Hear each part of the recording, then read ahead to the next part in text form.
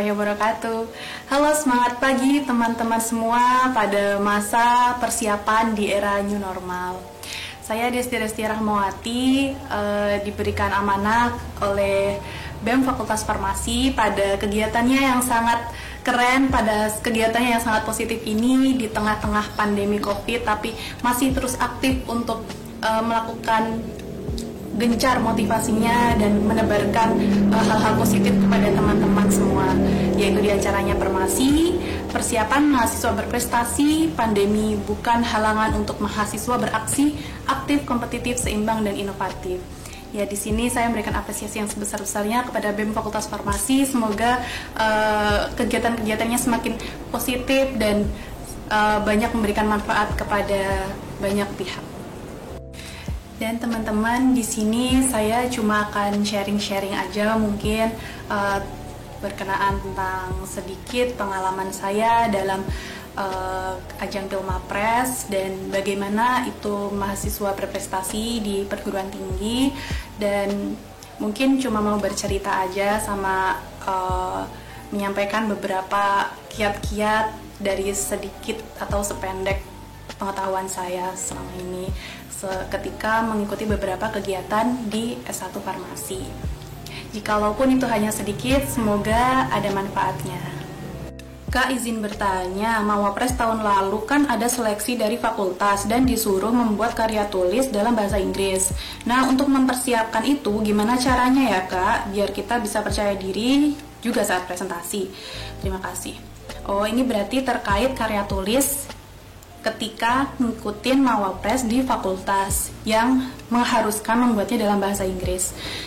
Sebisa mungkin usahakan kalau misalnya memang kita mengalami keterbatasan untuk bahasa Inggrisnya tersebut, kita buat saja karya tulis ilmiah dalam bentuk bahasa Indonesia, dalam wujud bahasa Indonesia, supaya kita lebih mengekspresikan apa gagasan kita, kemudian sudah lebih mendalami terkait pengkajiannya. Setelah semua ini fix dan secara tata bahasa baik, maka cobalah itu untuk ditranslate. Dan itu teman-teman kalau misalnya merasa kesulitan bisa minta bantuan ke teman siapa yang lebih mampu, seperti itu. Dan sembari itu juga, karena nantinya juga Mawapres itu kan harus ada skill untuk conversation bahasa Inggris atau kemampuan bahasa Inggrisnya. Jadi mulai belajar juga, jadi sekaligus mengerjakan KTI, sekaligus persiapan Mawapres di tingkat fakultas, maka itu sekaligus dipersiapkan juga untuk kemampuan bahasa Inggrisnya untuk mempersiapkan di next levelnya kayak gitu. Kak, izin bertanya, kita di awal tahun sudah memiliki rencana apa saja yang harus dilakukan pada tahun 2020, tapi banyak rencana yang terpaksa tertunda atau dibatalkan karena pandemi COVID-19, dan menurut saya sangat mengganggu keaktifan untuk berkarya atau bahkan mengeksplor hal yang lain. Jadi menurut kakak bagaimana cara kita bisa beradaptasi dengan keadaan ini supaya tetap berjalan? Ya, saya juga merasakan kalau kita semua merasakan kalau COVID-19 ini sangat berpengaruh sama aktivitas kita yang harusnya rencananya seperti ini malah menjadi gagal, yang harusnya bisa seperti ini jadi nggak bisa. Tapi kembali lagi teman-teman, kalau kita berusaha lah buat menanamkan pada mindset kita, keep in mind kalau misalnya meskipun kita ini ada dilanda COVID-19, dilanda pandemi ini, usahakan bahwa kegiatan-kegiatan kita semasa offline, semasa dalam kondisi normal kemarin-kemarin, itu kita adopsikan bahwa ini sama halnya, hanya saja berubah metode, dan itu harus kita tanamkan sama aktivitas diri kita. Kalau misalnya kita memang sehari-harinya aktif, ya berusaha kita memang aktif gitu sehari-harinya. Kita punya rencana-rencana seperti ini, berusaha untuk bisa melakukan itu meskipun semua akan ada batasannya dan tidak bisa semengkepakan sayap seperti yang kemarin-kemarin, namun kita akan tetap bisa berusaha seperti itu dengan cara bagaimana. Kalau salah satu tipsnya, apa aja yang mestinya kita lakukan di offline, coba kita lakukan di online. Misalnya kita memang aktif kuliah seperti ini, kita ikutin aja kuliah itu, memang kita ikutin sebaik-baik mungkin.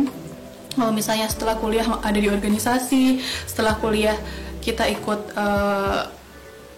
UKM mungkin, atau mungkin ekstra yang lain, kita ikutin aja. Kalau misalnya kita di luar jam kita, atau misalnya jam-jam kosong kita biasanya mungkin sore sampai malam kayak gitu, itu bisa kita manfaatin seperti apa ketika kita offline. Jadi berusaha untuk kita manajemen diri dan waktu kita buat sama seperti ketika kita ada di waktu normal, seperti itu.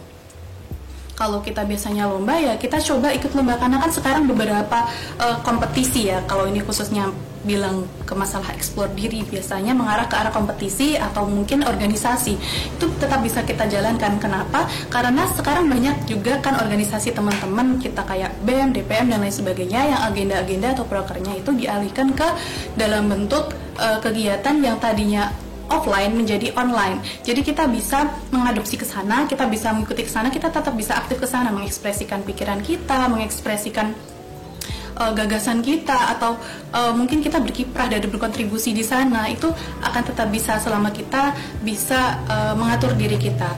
Jadi keep in mind aja kalau kita memang tetap harus berusaha buat aktif, supaya apa? Supaya kita tetap bisa mengeksplor diri dan waktu kita juga produktif.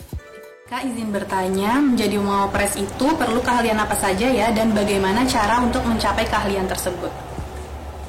Menjadi mawapres itu mahasiswa berprestasi. Menjadi mawapres, semua mahasiswa itu bisa menjadi mahasiswa berprestasi.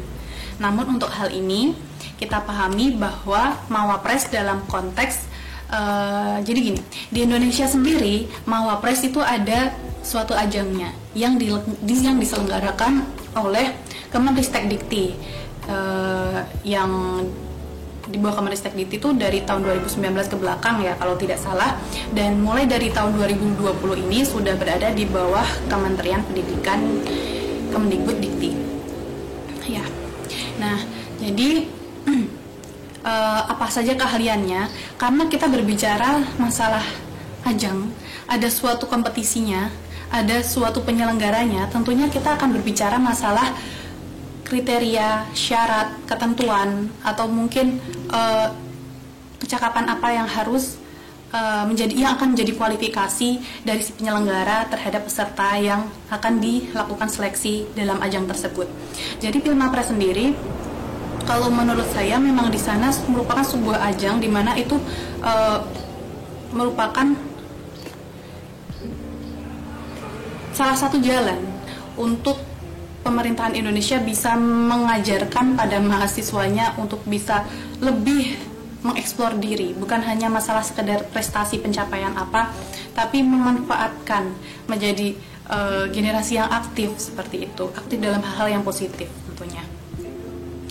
Lalu untuk Pilmapres sendiri apa saja? Kalau sejauh ini yang saya ketahui, kita fokus aja pada bidang kita, pada bidang keilmuan yang kita ambil. Kalau di farmasi ya farmasi, kalau di kedokteran ya kedokteran, kalau di teknik ya apa tekniknya masing-masing, kalau di ekonomi dan sastra dan lain sebagainya juga kita tekuni di bidang kita itu. Kemudian kita mengeksplorkan diri, kita lebih ke arah gimana sih kita buat bisa inovatif dan prestatif, supaya apa? Supaya menemukan hal baru. Jadi tujuannya memang kalau mawapres dari Kemendikbud itu bisa dibaca. Itu beberapa laman mengatakan bahwa itu memang tujuannya untuk supaya meningkatkan kualifikasi dari generasi muda di Indonesia. Nah, syarat-syaratnya apa saja itu teman-teman sebenarnya bisa baca juga di buku panduan Pilmapres tiap tahunnya. Itu bisa diakses di Kemendikbud atau mungkin kalau tahun ini di Kemendikbud ya gitu. Nah, itu kalau secara garis besarnya aja itu adalah yang pertama adalah komponen prestasi. Jadi harus memiliki beberapa prestasi, capaian prestasi yang sesuai dengan rumpun bidang yang diambil. Jadi bukan berarti kita farmasi, kita bisa menjuari A, B, C. Oke, tapi itu tetap harus ada pada koridor keahlian bidang kita, jadi keilmuan kita. Nggak bisa kalau farmasi kita ambil lombanya yang lain. Misal kita lomba sastra misal ya, itu kita juara sastra, atau mungkin kita juara ekonomi bisnis. Tapi itu bisa ekonomi bisnis tapi dalam koridor mungkin farmasi, manajemen farmasi, atau mungkin kewirausahaan di bidang farmasi itu bisa. Tapi sebisa mungkin semua itu tetap ada pada lingkup keilmuan kita, bidang keilmuan kita. Kalau misalnya itu memang benar-benar itu nggak sesuai sama bidang keilmuan kita, itu khususnya untuk ajang Pilmapres itu bukan termasuk kualifikasi yang dinilai. Jadi tolak ukurnya adalah gimana sejauh mana kita mengeksplor bidang keilmuan yang kita ambil, yang kita tekuni untuk kita melakukan pengembangan yang lebih baik gitu. Itu salah satunya. Jadi prestasi. Kemudian kemampuan-kemampuan yang lain itu seperti kemampuan berbahasa Inggris, kemudian kemampuan untuk public speaking, kemudian kemampuan untuk sebenarnya kalau syarat-syaratnya tuh cukup banyak teman-teman, bisa dibaca di buku panduan.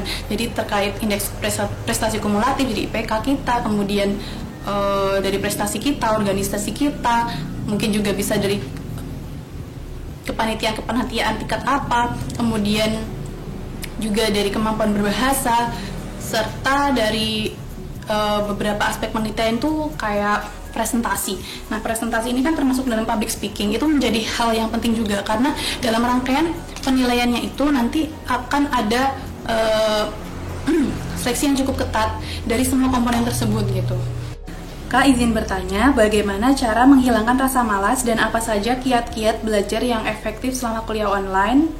Oke, ini mungkin bisa digabung sama bagaimana meningkatkan motivasi untuk berprestasi di masa pandemi. Jadi terkait motivasi berprestasi di masa pandemi dan menghilangkan malas sama kiat-kiat belajar efektif di masa pandemi gitu ya teman-teman. Ya kita ini sharing-sharing aja. Mungkin ada beberapa masukan dari saya sedikit gitu. Karena tentunya yang tahu gimana melakukan yang terbaik buat kita, buat menghilangkan rasa malas kita itu sendiri, yang tahu penyebabnya tuh kita sendiri-sendiri. Jadi mungkin di sini saya cuma sharing aja buat kalau misalnya baik bisa diambil gitu. Jadi kalau motivasi untuk berprestasi sendiri dan biar nggak malas itu kalau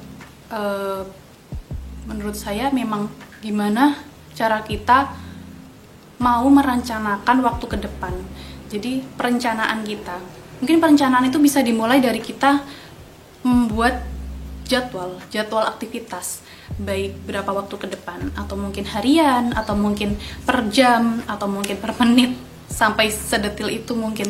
Tapi itu kembali lagi ke kita semua bahwa apa saja aktivitas kita ketika masa normal kemarin, coba kita adopsikan, coba kita pindahkan ke masa ini. Jadi kita akan tetap terasa ya have fun aja gitu.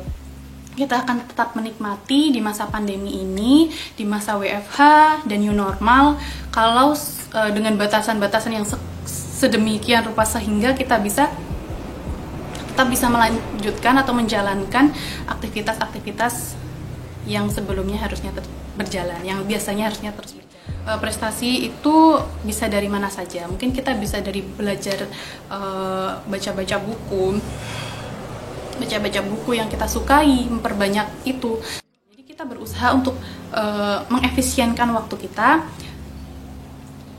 Mungkin dengan menjadwal itu tadi yang pertama, kemudian kita ya take action aja langsung. Apa saja sih yang bisa gitu, yang kita bisa lakukan. Lagi-lagi juga di masa pandemi ini kan banyak banget kesempatan untuk kita bisa mendapatkan ilmu melalui online pula. Dan itu selain kita harus kuliah online ya nih teman-teman, ini buat motivasi kita semua. Mungkin kalau misalnya kita bosan dengan kuliah online, dengan kuliah online yang akademik kita di kampus, bisa kita selingin dengan webinar-webinar yang temanya sesuai sama kita, misalnya tentang apalah motivasi, atau mungkin tentang berprestasi, atau mungkin tentang kesehatan. Ya, kita usahakan buat diatur aja waktunya, seimbangkan akademik di kuliah. Kemudian, kalau misalnya memang kita ada niatan buat berkompetisi atau mungkin mengambil prestasi itu dari luar, misalnya kita mengambil lomba, ya coba kita lakukan, karena informasi-informasi itu mungkin juga akan tetap ada dalam bentuk online, dan itu nanti penyelenggarannya juga bisa jadi online. Jadi insya Allah keterbatasan itu bisa kita tekan. Jadi kita tetap bisa melakukan apa aktivitas positif yang ingin kita lakukan. Bagaimana tips membagi waktu antara kuliah, organisasi, dan menyiapkan diri untuk menjadi mawapres mengingat mahasiswa farmasi yang sangat sibuk dengan perkuliahan. Ya, kita sesama farmasi kita tahu seperti apa aktivitas harian. Bahkan rasanya kalau kita ikutin pekerjaan itu nggak akan ada habisnya. Kalau kita ingin perfeksionis, kita benar-benar ingin maksimal, itu kita seperti waktunya benar-benar nggak ada sisa. Tapi itu semua kita bisa atur, kita bisa memanage itu semua, baik waktu kita ataupun kesempatan yang ada. Masalah membagi antara organisasi, kemudian kuliah, serta beberapa aktivitas yang lain, itu kita membuat timing aja, timeline kita pribadi. Jadi kayak di jadwal. Terus kemudian gimana sih ngaturnya kita yang enak gitu, biar nggak bosen juga. Terus kemudian gimana biar cukup antara menyeimbangkan antara misalnya prestasi, organisasi, dan kuliah. Udah cabangnya kuliah di kelas, habis itu kalau sekarang daring ya, kemudian praktikum dan lain sebagainya. Terus kalau organisasi nanti bisa ada proker dan lain sebagainya. Kemudian kalau kompetisi nanti masih ada tahap-tahap yang panjang. Itu kalau kita cuma overthinking, apalagi overthinking itu kita harus kurangi. Karena saya sendiri juga masih sering kadang-kadang kita overthinking. Padahal kalau misalnya kita take action, nggak seberat apa yang kita pikirkan. Jadi kita coba aja, kita coba. Jadi kalau misalnya kita membayangkan kuliah gitu ya, kuliah kalau ambil organisasi kayaknya nggak mungkin deh, karena kita di farmasi. Kayaknya kalau aku nyambi nulis jurnal, nulis artikel, ikut seminar, ikut konferensi, itu kayaknya nggak bakalan cukup waktunya. Kalau kita bayangin, kalau kita terus-terusan memikirkan gimana.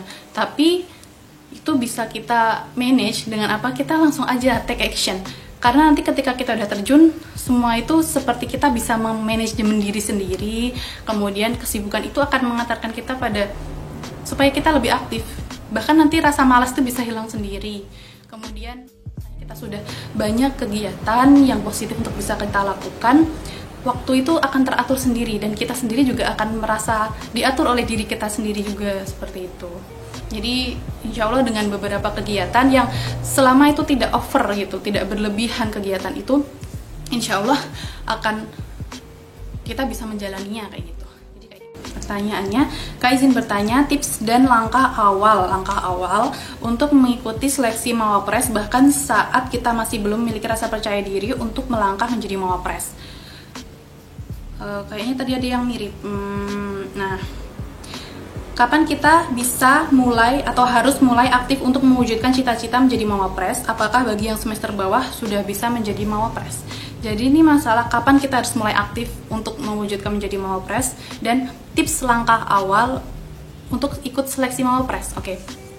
Jadi ini intinya gimana memulainya, dari mana awalnya, dan terkait kepercayaan diri untuk melangkah menjadi mawapres. Semua tentu kita harus persiapkan. Percaya diri itu bisa dibentuk ketika kita persiapannya sudah cukup matang, hingga benar-benar matang.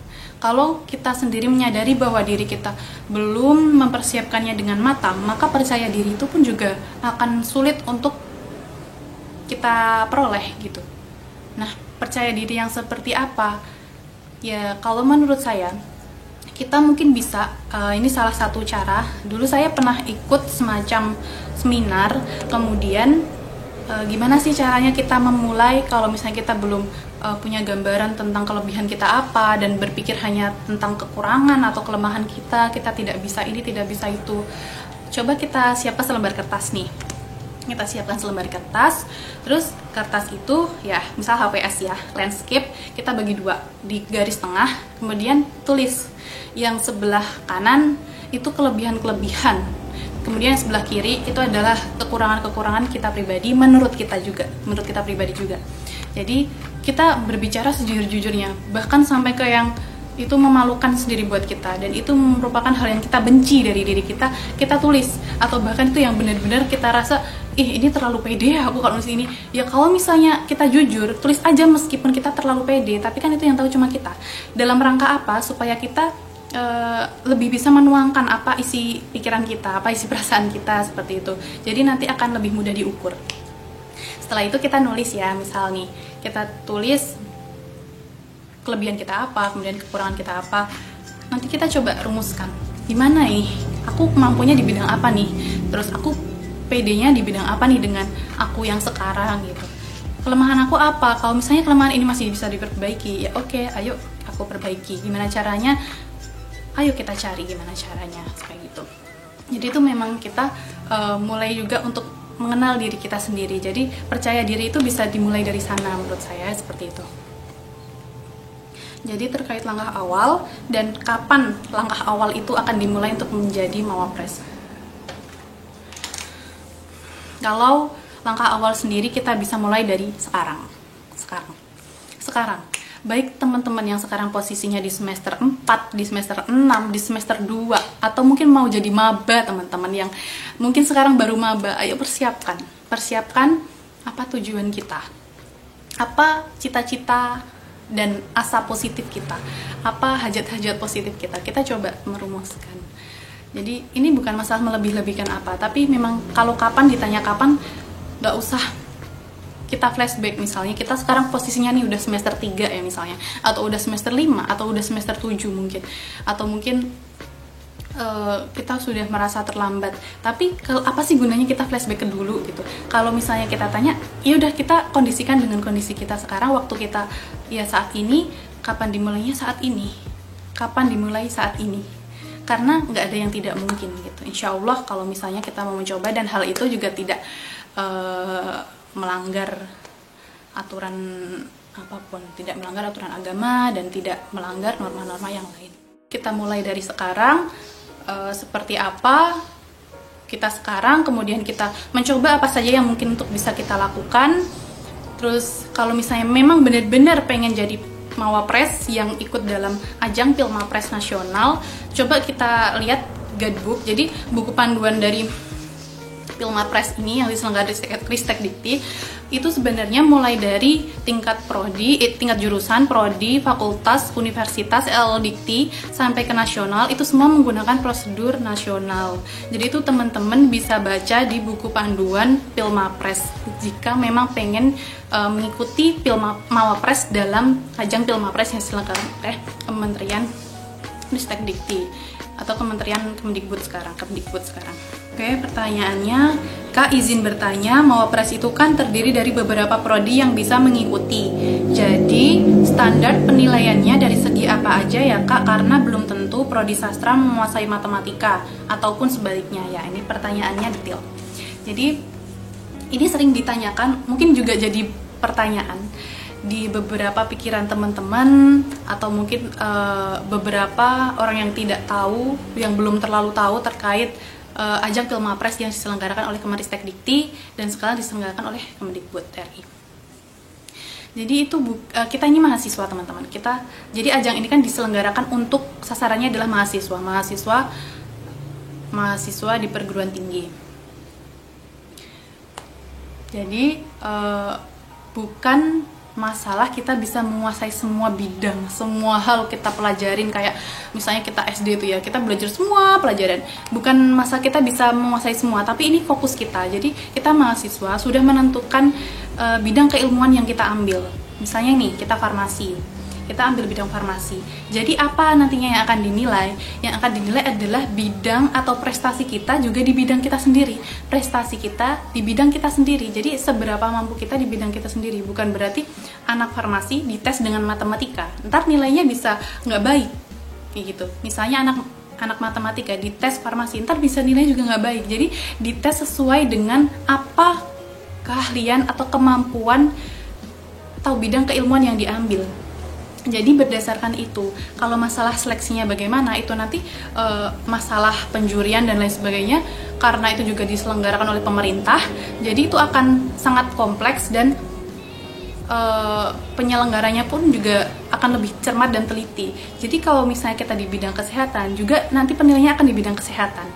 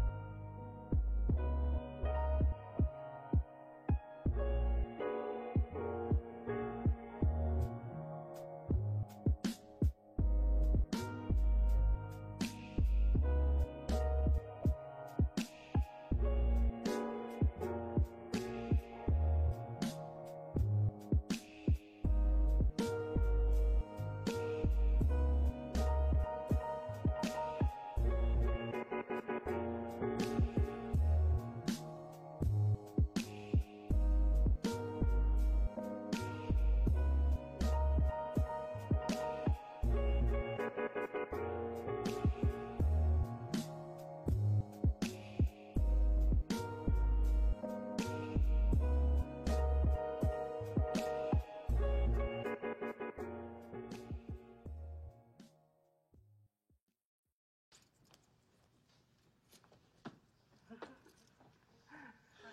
guess this is it.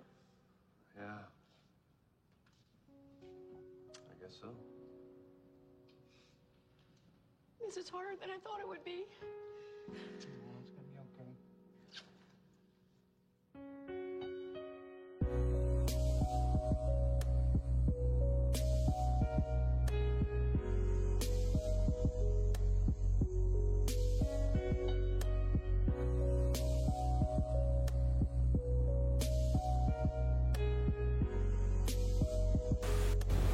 Kak, izin bertanya, apakah hanya mahasiswa yang pintar dan sering aktif di organisasi yang bisa menjadi calon mawapres? Oke, jadi ini mawapres itu sebenarnya siapa yang bisa menjadi, kita semua bisa menjadi, semua mahasiswa bisa menjadi mahasiswa berprestasi. Namun kalau misalnya berbicara tentang konteks pemilihan mahasiswa berprestasi yang diselenggarakan oleh penyelenggara, yaitu kalau misalnya di negara kita diselenggarakan oleh Kemenristek-Dikti, yang sekarang juga diselenggarakan oleh Kemendikbud, yang sekarang diselenggarakannya oleh Kemendikbud, ya sudah dipindah. Itu dia akan memiliki persyaratan ya teman-teman, yang seperti mungkin sudah saya bilang tadi. Jadi beberapa komponen-komponen atau kriteria dan aspek-aspek penilaian itu sendiri kita bisalah menyesuaikan. Kita bisa memahami atau mencerna seperti apakah yang pintar, apakah yang berorganisasi. Jadi sebenarnya komponen di sini terkait pada prestasi. Namanya aja ajang pemilihan mahasiswa berprestasi. Jadi yang dititik beratkan adalah apa? Prestasi dari mahasiswa. Nah, prestasi ini kalau kita kupas lebih dalam. Prestasi itu bisa terdiri dari prestasi kompetisi, prestasi mungkin semacam seminar atau konferensi yang semacam award seperti itu, kemudian penghargaan yang lain. Kemudian mungkin juga penemuan atau mungkin penelitian, atau juga bahkan bisa di tingkat organisasi. Jadi organisasi ini juga nantinya kalau misalnya di ajang Pilmapres itu masuk ke dalam ranah prestasi. Jadi organisasi ini nanti juga akan dinilai terkait gimana kiprahnya dan lain sebagainya seperti itu. Itu nanti akan bisa teman-teman dalami kalau sudah membaca banyak terkait Pilmapres itu seperti apa. Itu mungkin bisalah sekarang kalau misalnya ada waktu luang yang bagi yang berminat untuk mengikuti ajang Pilmapres bisa dibaca-baca di mungkin masih ada di webnya Kemenristek-Dikti dan sekarang bisa dibaca juga di Kemendikbud. Kalau yang tadi masalah pintar dan sering aktif organisasi, itu kita pintar dalam segi apa? Mungkin kita juga bisa loh mensiasati. Pintar itu adalah pintar manajemen waktu, sehingga kita dengan pintarnya kita manajemen waktu, maka kita nanti bisa mencapai beberapa kriteria yang diperlukan untuk bisa mengikuti ajang Pilmapres. Mungkin yang pertama, indeks prestasi kumulatif IPK-nya yang minimal segini nih yang disyaratin buat bisa jadi mawapres atau buat bisa jadi delegasi di Pilmapres seperti itu. Kemudian misal dengan IPK itu yang pertama, misal ini IPK. Kemudian yang kedua, misalnya kita bisa mengatur waktu, kita bisa nih ikut penelitian dosen, atau mungkin dengan kita bisa mengatur nih, kita bisa ikut keaktifan di organisasi yang lain. Terus kemudian ketika kita bisa memanfaatkan waktu luang kita nih, bisa menggunakan waktu tersebut untuk mengikuti kegiatan-kegiatan yang positif, seperti mungkin UKM, kemudian kegiatan organisasi, kemudian farmasi club. Kalau misalnya di farmasi itu ada ya, dan itu farmasi club itu menurut saya itu merupakan wadah yang penting banget buat keilmuan dan bidang kita, khususnya farmasi, karena di sana itu bisa melatih beberapa aspek-aspek prestasi dalam untuk mahasiswa farmasi. Salah satunya kan kalau di farmasi club itu ada PC KTI, karya tulis ilmiah, kemudian PC debat di bidang kefarmasian, kemudian English Club. Itu nanti bisa masuk ke karya tulis yang berbahasa Inggris, literature review, atau mungkin bisa juga debat dalam bahasa Inggris tentang kefarmasian. Terus kemudian konseling itu kan juga ada di bagian keilmuan kita untuk konseling di bidang farmasi klinis seperti itu. Jadi mulai dari memanfaatkan waktu tersebut. Jadi pintarnya kita buat mengatur diri kita, seperti apa kita buat melangkah, buat mengambil kesempatan-kesempatan positif yang bisa kita manfaatkan tanpa kita harus menekan diri atau harus berlebihan seperti itu. Tapi pintar-pintarnya kita aja buat bisa ngatur aku maunya apa, kita pengennya apa, dan itu langkahnya harus bagaimana, seperti itu. Mungkin seperti itu. Kak, izin bertanya, apabila nantinya kita terpilih menjadi mahasiswa berprestasi, apakah selalu dituntut untuk selalu memberikan prestasi terhadap UNIF? Dan apa saja kemudahan yang diberikan UNIF selama kuliah dengan predikat Mawapres? Baik, untuk pertanyaan apakah akan selalu dituntut ketika dia ini menjadi Mawapres, baik di tingkat jurusan, fakultas, universitas, sampai ke LLDikti dan lain sebagainya, sampai ke nasional, apakah setelah menjadi Mawapres akan selalu dituntut untuk terus memberikan prestasi? Jadi yang namanya kompetisi, tentu kita mempunyai sebuah tuntutan. Tuntutan itu pastinya terikat dengan persyaratan-persyaratan atau kualifikasi-kualifikasi dari kompetisi itu sendiri. Jadi kan pemilihan mahasiswa berprestasi, tentunya tuntutan kita adalah untuk bisa meraih prestasi yang terbaik dibandingkan dengan peserta yang lainnya, seperti itu. Nah, kalau kita berada di tingkat fakultas nih, berarti tuntutan kita adalah untuk mencapai standar dari persyaratan yang disyaratkan. Jadi kalau masalah dituntut itu nanti tergantung bagaimana kita menyikapinya, karena memang ketika kita mengikuti sebuah ajang kompetisi, bukankah itu sudah merupakan suatu tuntutan ketika kita harus menyesuaikan, kita harus menjadikan yang terbaik bagi diri kita, atau kita harus memberikan yang terbaik. Itu sendiri kita sudah ada, paling tidak udah ada tuntutan pada diri sendiri. Jadi kita memang harus tetap konsisten untuk mempertahankan prestasi kita itu dalam rangka kesana. Terlebih kalau mengikuti ajang Pilmapres. Namun kita juga tidak ditekan itu. Jadi apa-apa itu kita nggak usah overthinking. Karena apapun yang belum kita lakukan, yang belum kita coba, kita akan terlalu overthinking. Makanya kita coba aja buat, oh gimana sih, kita coba pelan-pelan. Kemudian nanti ya udah kita sampai di mana. Paling nggak setiap langkah kita itu kita akan memberikan pelajaran buat kita. Setiap langkah kecil itu akan memberikan pelajaran juga buat kita. Jadi kita berusaha untuk positive thinking dan take action aja di setiap apa yang kita pilih. Selama itu adalah kegiatan yang positif. Jadi kalau masalah universitas terlalu membebankan itu tidak. Jadi dari sependek pengetahuan saya kemarin itu tidak membebani sama sekali untuk mahasiswa. Justru itu malah memberikan beberapa kesempatan-kesempatan untuk mahasiswa sendiri, bahkan itu sangat memberikan benefitnya kepada mahasiswa itu kembali juga, seperti itu. Ya, karena itu nanti juga akan berhubungan dengan tingkat-tingkatan atau tingkat kompetisi dari Pilmapres itu sendiri. Jadi kalau tuntutan sebuah ajang menurut saya memang sudah suatu tuntutan, baik tuntutan pada diri sendiri, pribadi kita, atau tuntutan dari pihak-pihak yang mendukung kita. Lalu untuk apa saja kemudahan yang diberikan UNIF selama kuliah dengan predikat Mawapres? Tentunya benefit itu pasti ada ketika kita mengikuti sebuah kegiatan, apalagi kegiatan itu adalah kegiatan positif, teman-teman. Kalau benefitnya tentu banyak, karena kita di sana bakalan dilatih, terutama diri kita sendiri. Kita juga akan dilatih untuk banyak mendapatkan wawasan, dan wawasan atau pengetahuan itu pun juga bisa berasal dari mana saja. Pertama kita bisa menjadi anak bimbing dosen kita, kemudian kita bisa bimbingan dengan banyak pengajar-pengajar, dosen-dosen di fakultas kita. Kemudian kita bisa meminta ilmu atau menimba ilmu di luar jam kuliah kita, sehingga kita akan mendapatkan manfaat lebih dari sana. Dan lalu pertanyaan selanjutnya, jadi apa saja kemudahan yang diberikan UNIF selama kuliah dengan predikat Mawapres? Kalau untuk kemudahan, itu berarti kan istilahnya kayak benefitnya.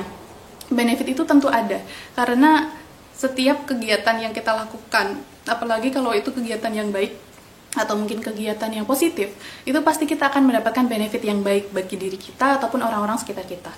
Jadi kalau benefitnya sendiri, menurut saya itu adalah kita bisa mendapatkan banyak kesempatan yang belum tentu bisa kita dapatkan ketika kita tidak melakukannya. Jadi mendapatkan kesempatan, kemudian mendapatkan pengetahuan dan wawasan yang lebih baik dari beberapa pengajar-pengajar kita, seperti kita bisa diskusi atau bimbingan dengan dosen, kemudian bisa bimbingan dengan kakak tingkat yang berprestasi, dan kita bisa mendapatkan ilmu yang positif tersebut dari beliau-beliau, sehingga salah satu benefitnya yaitu adalah pengetahuan. Kemudian pengetahuan dan wawasan itu tidak bisa dinilai, apalagi di sana tidak hanya sekedar kita mempelajari ilmu kita, tapi kita juga akan belajar banyak hal terkait hal-hal yang lain yang tentunya akan membantu kita untuk lebih mengeksplor diri kayak gitu. Kemudian kalau untuk benefit yang lain, jadi apa sih keuntungannya atau kemudahannya ketika menjadi mawapres? Universitas kita, UAD, itu sangat mendukung dalam hal moral. Jadi baik di tingkat fakultas, dosen bapak ibu dosen itu selalu mendukung dan mensupport atau memberikan arahan, bimbingan, nasihat dan lain sebagainya supaya kita terus berprestasi. Kemudian memberikan ilmunya kepada kita, sehingga kita paling tidak kita bisa mendapatkan ilmu yang lebih ataupun pengetahuan yang lebih dari beliau-beliau yang sudah lebih mengetahui. Kemudian UAD juga sangat mendukung bagi mahasiswa-mahasiswa yang ingin mengeksplor diri atau lebih berprestasi dalam hal material atau finansial. Itu kita sangat didukung ketika kita lomba, ketika kita melakukan menjadi presenter nasional atau internasional dan lain sebagainya. Itu tentunya universitas akan sangat mendukung. Tapi seiring itu juga kita juga harus memberikan yang terbaik. Jadi pertanyaannya, untuk menjadi mawapres itu mengharuskan kita mengejar prestasi selama kuliah. Pernahkah di tengah perjalanan mengalami masa-masa kehilangan motivasi dan bagaimana caranya untuk menjalaninya dan mendapatkan kembali motivasi tersebut? Menjadi mawapres jelas ada benefitnya tersendiri, namun menurut kalian sekalian, berdasarkan pengalaman, kerugiannya apa selain menyita waktu dan tenaga? Menurut saya kalau kerugian itu merupakan sebuah bukan kerugian, tapi itu merupakan proses, dan proses itu tentu memiliki risiko. Apa yang kita pilih tentu di sana akan ada risikonya. Kalau kita pilih yang kita ingin sesuatu yang itu sekiranya memerlukan perjuangan, tentu resikonya kita harus berjuang lebih berat. Tapi kalau pilihan kita tidak terlalu membutuhkan perjuangan yang berat, maka risikonya adalah juga ringan gitu. Jadi itu semua berkorelasi antara menurut saya antara risiko dan pilihan. Tergantung pilihan kita apa, maka risiko yang akan kita hadapi juga lebih kecil. Namun di lain sisi, risiko itu bukan melulu risiko yang negatif, dalam arti merupakan proses. Kalau pilihan kita merupakan pilihan yang menurut kita baik dan itu sulit, maka proses itu juga akan lebih berat itu tentunya. Dan itu juga berlaku pada tingkat-tingkat yang lainnya. Jadi untuk kerugiannya menyita waktu dan tenaga, semua hal menurut saya yang positif tentu menyita itu, karena harus ada pengorbanan untuk apa yang kita pilih. Apalagi kalau misalnya itu bukan hal yang bisa kita dapetin dengan cara yang santai seperti itu. Kalau untuk bagaimana, kalau pernahkah di tengah perjalanan mengalami masa kehilangan motivasi, itu sudah tentu pernah, dan seperti itu bukan hal yang jarang. Mungkin kalau saya sendiri itu hal yang udah umum, lazim, tapi di sana itulah kita diuji seberapa cepat atau seberapa mampunya kita untuk melakukan recovery. Jadi langsung seperti apa bangkitnya kita. Itu menurut saya di situ adalah untuk menilai, menentukan seberapa kuat kita, seberapa bisa kita untuk menghadapi banyak masalah. Jadi recovery itu perlu. Jadi ketika kita meminta, kita ingin buat sabar, maka tentu kita akan berikan cobaan seperti itu ya teman-teman. Jadi ini buat analogi aja.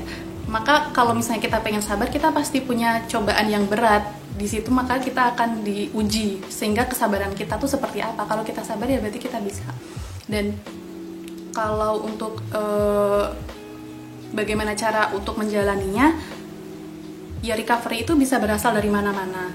Recovery bisa berasal dari kita mencari motivasi, baik dari motivasi buku bacaan, atau sekarang juga kita bisa lihat-lihat di media internet, media sosial. Terus kita bisa menemui teman-teman kita, bercerita dengan keluarga, dengan pengajar kita dan lain sebagainya. Itu merupakan suatu cara untuk supaya kita tidak terlalu fokus pada hal yang menjatuhkan seperti itu. Jadi ya kita bangkit aja gitu. Recovery kita secepat apa seperti itu. Pertanyaannya, melihat situasi yang saat ini, kita tidak bisa beraktivitas secara normal, tapi ternyata masih ada yang mengadakan lomba penelitian seperti KTI, dan kita dirasa ada ide untuk ikut berpartisipasi dalam lomba ini karena event dari lombanya yang sangat bagus. Oke, berarti tertarik dengan lomba tersebut.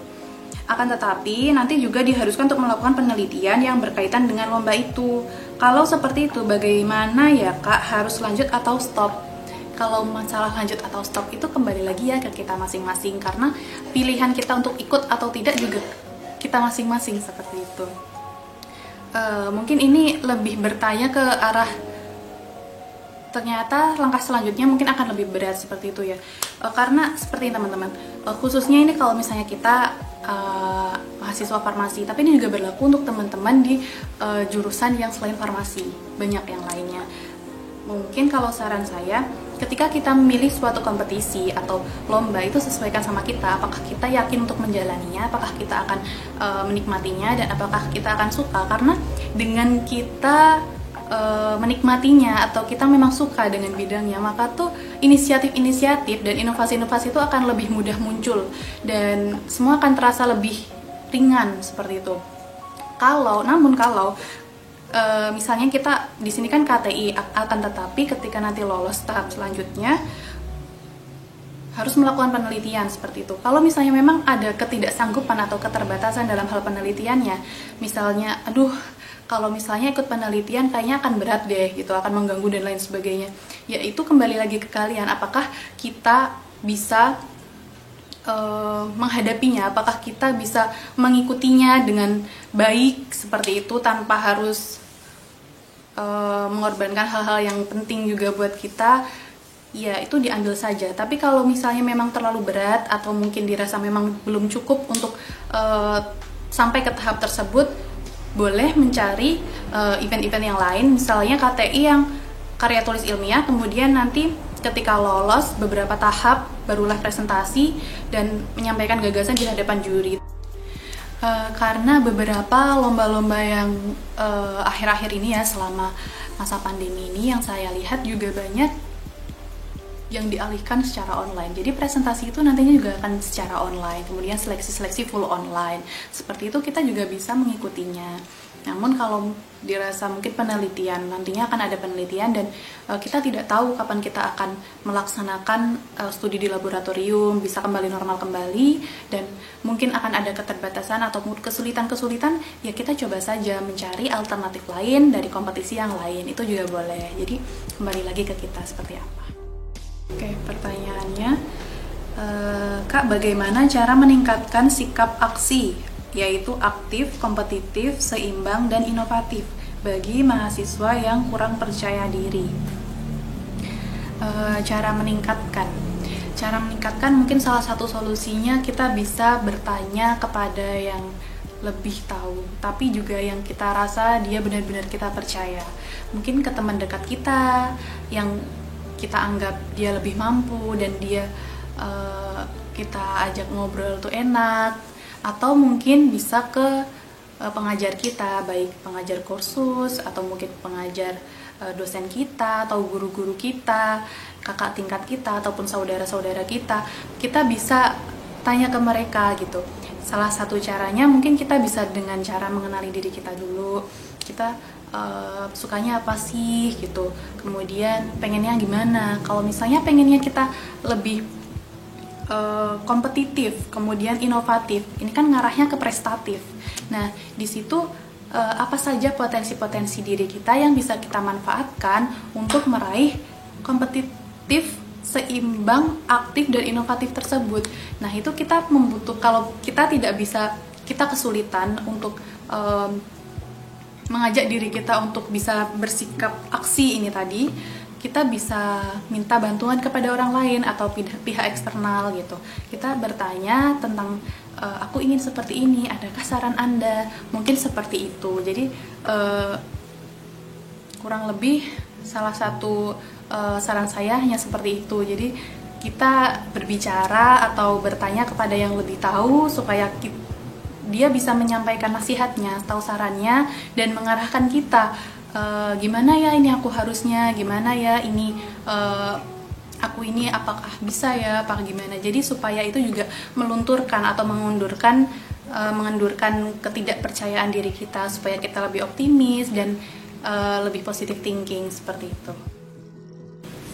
Dalam beberapa perlombaan dilaksanakan secara berkelompok. Ini pertanyaannya ya.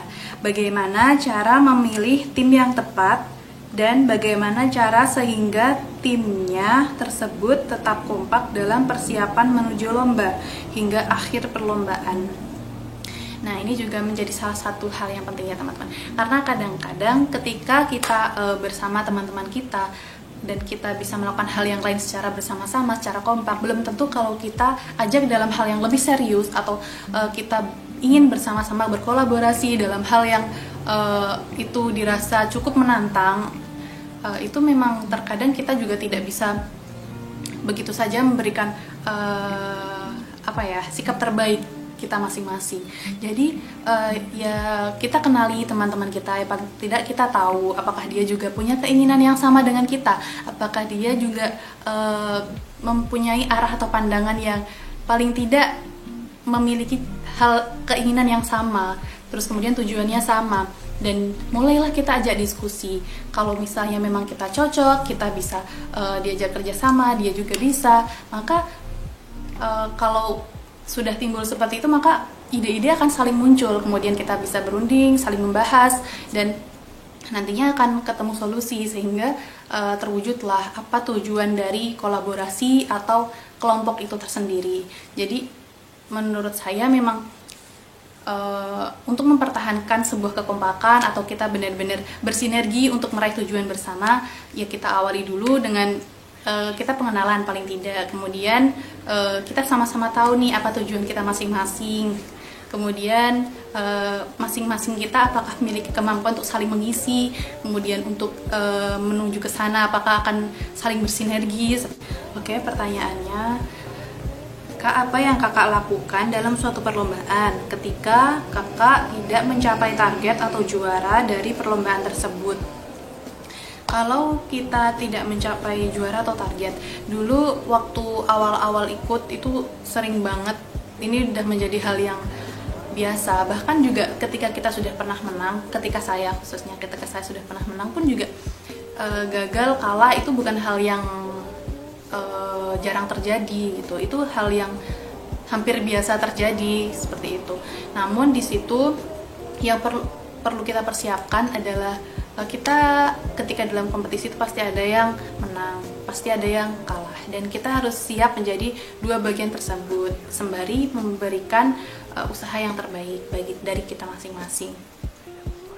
Kalau apa yang dilakukan ketika gagal, berusaha untuk segera melakukan recovery. Dalam arti kita pasti ada dong perasaan kecewa, sedih, putus asa, itu hampir hilang semangat, atau udah aja deh gitu, atau kenapa sih aku nggak pernah bisa gitu. Mungkin kadang kita juga bisa menyalahkan diri sendiri.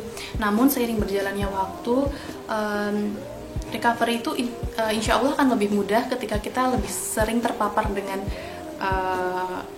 tidak mencapai target seperti itu. Supaya apa? Supaya kita menemukan bagaimana cara kita untuk bisa mencapai target tersebut.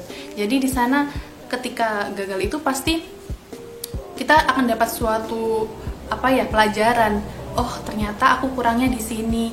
Oh, ternyata aku nggak bagus di sininya. Oh, ternyata aku belum bisa mencapai keinginan dari si penyelenggara atau mungkin jurinya atau mungkin panitianya seperti itu, seperti apa yang diinginkan.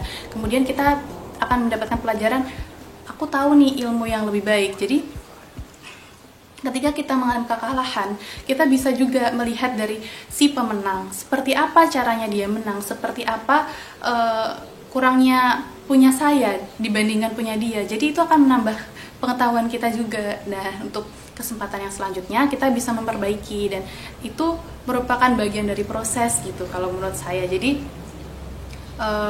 apa yang kita lakukan adalah secepatnya recovery itu bisa dari caranya banyak banget, bisa mencari motivasi, kemudian kita bisa menulis apa saja kekurangan kita, kemudian kita mencari pelajaran-pelajaran apa yang kita dapat, seperti itu. Mungkin baik, saya haturkan terima kasih yang sebesar-besarnya kepada BEM Fakultas Farmasi yang telah menyelenggarakan, dan terima kasih yang sebanyak-banyaknya kepada teman-teman semua yang sudah bertanya, dan mohon maafkan kesalahan saya jika dari jawaban atau sharing-sharing saya tadi ada yang kurang menjawab atau mungkin kurang memuaskan dari pertanyaan teman-teman sekalian, dan bila ada kesalahan dan perkataan yang kurang berkenan, saya mohon maaf yang sebesar-besarnya. Dan semoga dari kegiatan ini banyak memberikan sedikit ataupun banyak memberikan hal-hal yang positif dan manfaat. Dan apa dari pertanyaan teman-teman yang tidak ada di jawaban saya, semoga akan dijawab dan akan mendapatkan jawabannya yang lebih baik dari Mbak Nadia. Oke, sekian, terima kasih. Billahi taufiq wal hidayah. Wassalamualaikum warahmatullahi wabarakatuh.